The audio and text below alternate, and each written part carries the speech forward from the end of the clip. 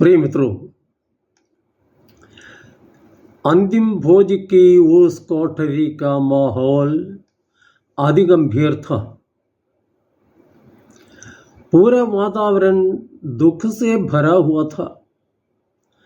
शिष्यों के मन में जल्दी ही होने वाली कुछ अनहोनी का भय था, लेकिन उन्हें उस वास्तविकता का पूरा अंदाजा नहीं था।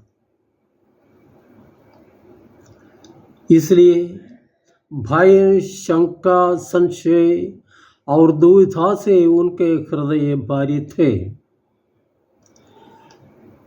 यीशु शिष्यों की उस अवस्था का पूरा ज्ञान रखते थे और उनको मालूम था कि निकट भविष्य में होने वाली घटनाओं की सही जानकारी उन्हें पूर्ण रूप से तोड़ डालेगी। इसलिए वो ज्ञान उनसे छिपाया गया। फिर भी वास्तविकता का आभास उनको होना आवश्यक भी था। इसलिए वर्तमान परिस्थिति का प्रत्याशा के साथ सामना करने की नसीहत प्रभु उनको देते हैं। वे उन्हें समझाते हैं कि मैं तुमको छोड़कर चला जाऊंगा, लेकिन जल्दी ही वापस आऊंगा। मेरा चला जाना जरूरी है।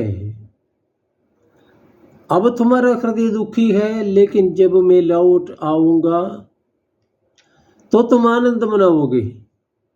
तुम्हारा दुख आनंद में बदल जाएगा। प्रभु अपने शिष्यों के दुख की तुलना एक स्त्री की प्रसव पीड़ा से करते हैं। प्रसव का समय निकट आने पर वह दुखी जरूर होती है, किंतु बच्चे को देखकर वो अपनी सारी पीड़ाएं भूल जाती है और उसका मन हर्ष से भर जाता है।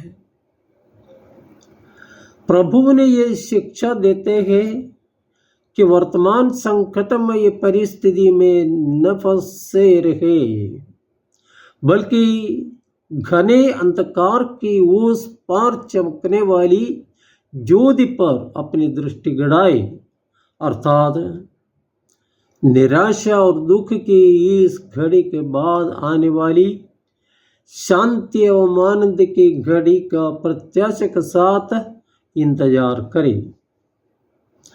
यह मसीही जीवन की पहचान भी है। दुख के बाद आनंद, शुक्रवार के बाद रविवार, पराजय के बाद विजय, मृत्यु के बाद जीवन। इसी प्रत्याशा ही हमें वर्तमान नकारात्मक परिस्थितियों का सामना करने की मदद करती है और दैनंदिन जीवन को ओजस्वी बनाती है। जीवन में दुख परेशानियों की कोई कमी नहीं है। सवाल यह है कि हम इनका सामना कैसे करें। आर्थिक संकट, रिश्तों में तनाव, शरीर की बीमारियां, काम धंधों में बाधाएं इत्यादि तरह तरह के शत्रुओं के सामने कभी कभी मनुष्य सिर झुका लेता है, लेकिन प्रभु हमें सिखाते हैं कि हम हिम्मत न हारे, बल्कि ईश्वर पर दृष्टि गड़ाकर भरोसे एवं आत्मविश्वास के साथ इनका सामना करें। जय यीशु।